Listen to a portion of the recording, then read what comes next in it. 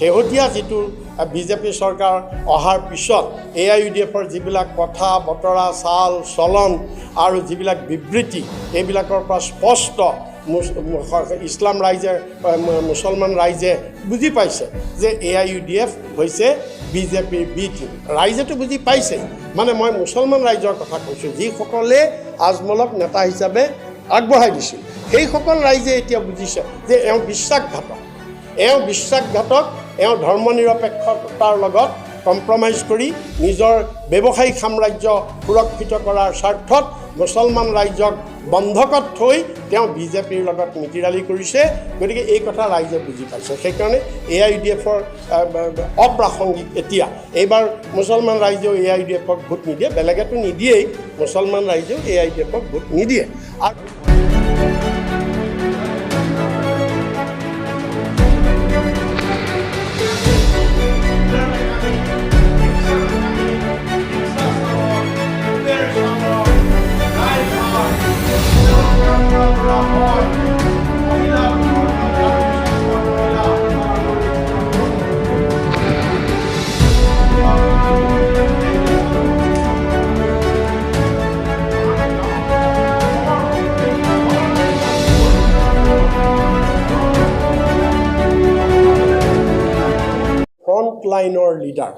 ফ্ৰণ্টলাইনৰ leader বিশেষকৈ জিলাৰ যিবিলাক বিষয়ববীয়া আৰু উইংছ, যি দুটা আমাৰ ফ্ৰণ্টেল উইংছ আছে, মহিলা আৰু যুৱক, তাৰ বিষয়ববীয়া প্লাছ আমাৰ যিসকল ব্লক সভাপতি।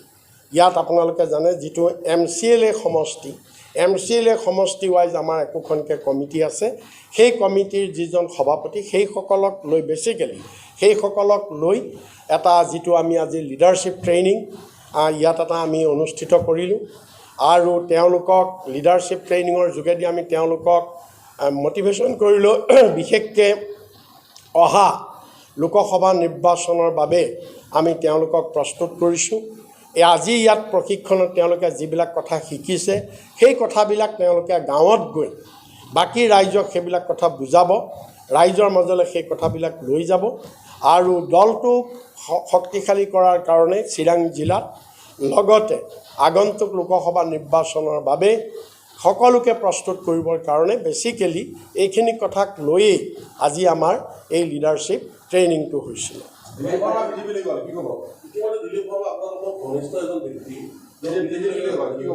এইটো শুনক, দিলীপ শৰ্মাই যিটো চিঠি লিখিছে মোলৈ আৰু যিটো তেওঁ আপোনাৰ ফেচবুকত তেওঁ যিটো পোষ্ট দিছে তাত তেওঁ লিখিছে যে মই নিতান্ত ব্যক্তিগত কাৰণ বুলি কৈছোঁ।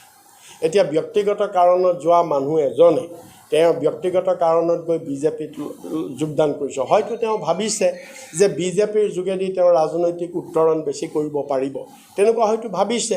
গতিকে তেওঁ গৈছে, মই তেওঁক শুভেচ্ছা জনাইছোঁ। তেওঁ ভৱিষ্যত উত্তৰ ৰাজনৈতিক তেওঁ যিহেতু আশা কৰি গৈছে, তৃণমূলত তেওঁ ৰাজনৈতিক উত্তৰণ হয়তো নাই দেখা, বিজেপিত দেখিছে। গতিকে যদিও আমি সকলোৱে বিজেপিক আজি ঘৃণা কৰোঁ, তেওঁ হয়তো ভাল পাইছে বিজেপিক, গৈছে, যাওক। মই খালি মোৰ পিনৰ পৰা তেওঁৰ ভৱিষ্যত উত্তৰণটোহে মই কামনা কৰিছোঁ। নাই, সেইটো কোনোবাই কোৱাটোত মই বাধা কেলৈ দিম?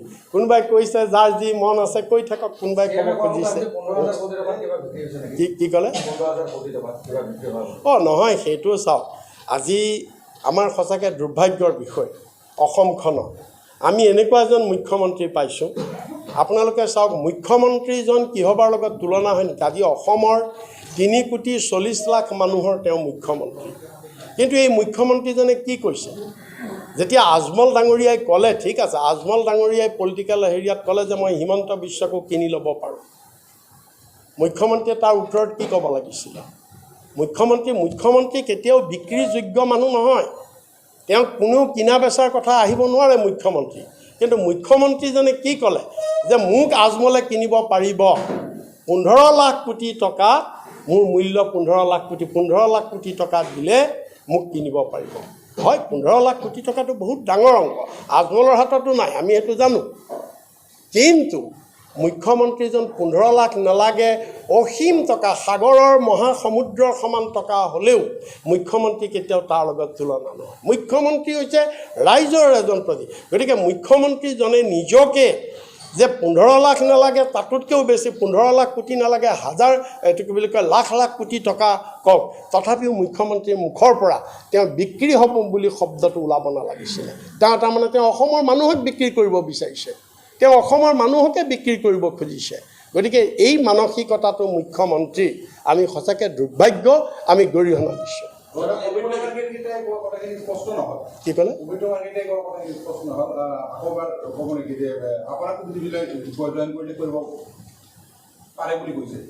নহয়, বিজেপিয়ে এইটো জইন কৰিলে কৰিব পাৰে বুলি ক'ব পাৰে। মই জইন কৰোঁ নে নকৰোঁ সেইটো মোৰহে কথা। মই যদি বিজেপিত জইন কৰিব বিচাৰিলোহেঁতেন মই বহুত আগতে যাব পাৰিলোহেঁতেন। মইতো কংগ্ৰেছৰ পৰা মই বিজেপিত যোৱা নাই নহয়, মই কংগ্ৰেছৰ পৰা তৃণমূলত আহিছোঁ আৰু ফাইট কৰিবৰ কাৰণে, এগ্ৰেছিভলি ফাইট কৰিবৰ কাৰণে। গতিকে মোকতো বহুত অফাৰ আগতেই দিছিলে, আমিতো যোৱা নাই।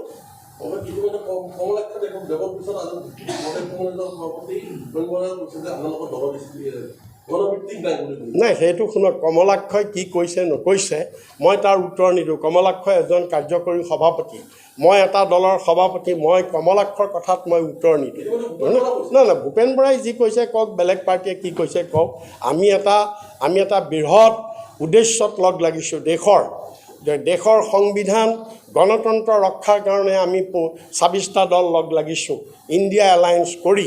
গতিকে কোনোবা উশৃংখল মানুহে কিবা ক'ব পাৰে কাৰোবাৰ স্বাৰ্থত, কিন্তু আমি শেষ মুহূৰ্তলৈকে আমি চেষ্টা কৰিম যে আমি এনেকুৱা কোনো কথা নকওঁ যিবিলাক কথাই আমাৰ এই দলটো, আমাৰ এই যিটো ইণ্ডিয়া এলায়েন্সৰ মাজত মতবিৰোধ সৃষ্টি কৰি যাতে মহান উদ্দেশ্যৰ পৰা আমি যাতে আঁতৰি নাযাওঁ। আমাৰ মহান উদ্দেশ্য বিজেপিক প্ৰতিৰোধ কৰা, দেশৰ গণতন্ত্ৰ ৰক্ষা কৰা। সেইটোৰ স্বাৰ্থত মই কমলাক্ষৰ ষ্টেটমেণ্টৰ মই কোনো উত্তৰ নিদিওঁ।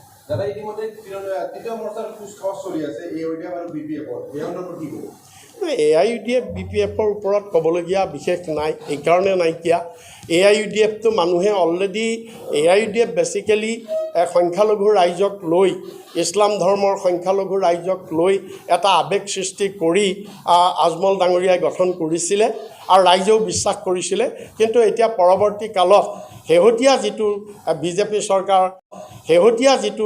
বিজেপি চৰকাৰ অহাৰ পিছত AIUDFৰ যিবিলাক কথা বতৰা, চাল চলন আৰু যিবিলাক বিবৃতি, এইবিলাকৰ পৰা স্পষ্ট ইছলাম মুছলমান ৰাইজে বুজি পাইছে যে AIUDF হৈছে বিজেপিৰ বি টিম। ৰাইজেতো বুজি পাইছে, মানে মই মুছলমান ৰাইজৰ কথা কৈছোঁ, যিসকলে আজমলক নেতা হিচাপে আগবঢ়াই দিছিল। সেইসকল ৰাইজে এতিয়া বুজিছে যে এওঁ বিশ্বাসঘাতক, এওঁ ধৰ্ম নিৰপেক্ষতাৰ লগত কম্প্ৰমাইজ কৰি নিজৰ ব্যৱসায়িক সাম্ৰাজ্য সুৰক্ষিত কৰাৰ স্বাৰ্থত মুছলমান ৰাইজক বন্ধকত থৈ তেওঁ বিজেপিৰ লগত মিতিৰালি কৰিছে।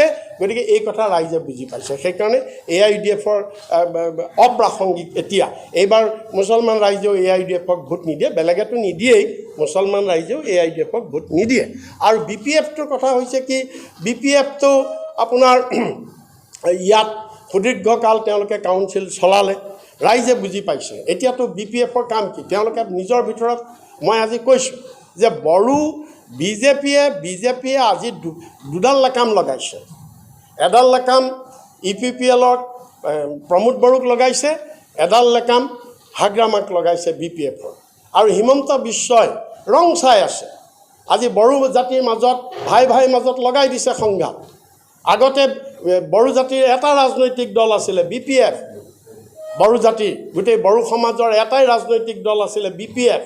কিন্তু এই বিজেপিৰ কুচক্ৰান্তত হিমন্তই দুটা কৰি দিলে, BPF UPPL কৰি এতিয়া দুই বড়ো ভাইৰ মাজত আজি সংঘাত লগাই আছে। সেইবিলাক ৰাইজে বুজি পাইছে। গতিকে সেইকাৰণে এই দুটা দলৰ কথা বিশেষ ক'বলগীয়া নাই বুলি মই ভাবোঁ। নহয়, কোকৰাঝাৰ সমষ্টিটো আমিতো বিচাৰিছোঁ, কাৰণ আমাৰ সাংগঠনিক দিশৰ পৰা যে মানে যিটো ইণ্ডিয়া এলায়েন্সৰ যিবিলাক অংশীদাৰ দল, যদিও 26টা দল, ইয়াততো 26টা দল নাই।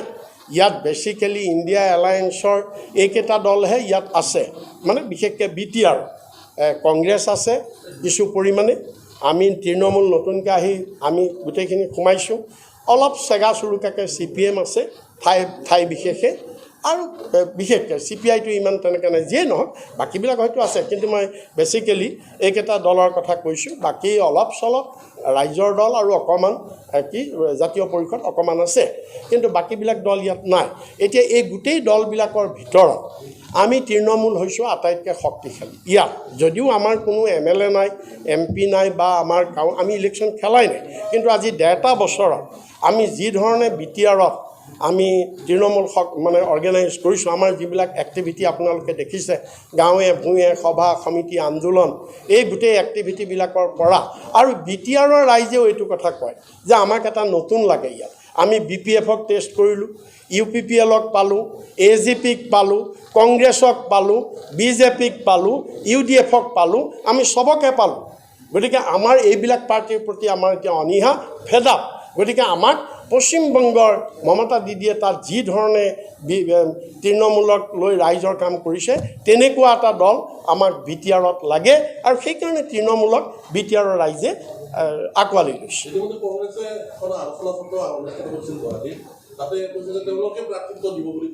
নহয়, সেইটো ক'ব পাৰে, সেইটো কোৱাটো তেওঁলোকে নহয়, চব পাৰ্টিয়ে ক'ব পাৰে। এইটোতো কথাটো কোৱাত, চিটটো বিচৰাত সকলোৰে অধিকাৰ আছে, সেইটো বিচাৰিব। কিন্তু আল্টিমেটলি যেতিয়া চিট শ্বেয়াৰিং হ'ব, তেতিয়া বহুতবিলাক দিশ চিন্তা কৰা হ'ব। সেইবিলাক গোটেইবিলাক দিশ চিন্তা কৰি তেতিয়া ডেফিনেটলি এটা পাৰ্টিহে পাব, আৰু সেইটো আমি তৃণমূলে শেষ মুহূৰ্তত আমি পাম বুলি আমি আশাবাদী। কাৰণ ডেফিনেটলি প্ৰথমতে সংগঠনৰ কথাটোৱেই চাব লাগে।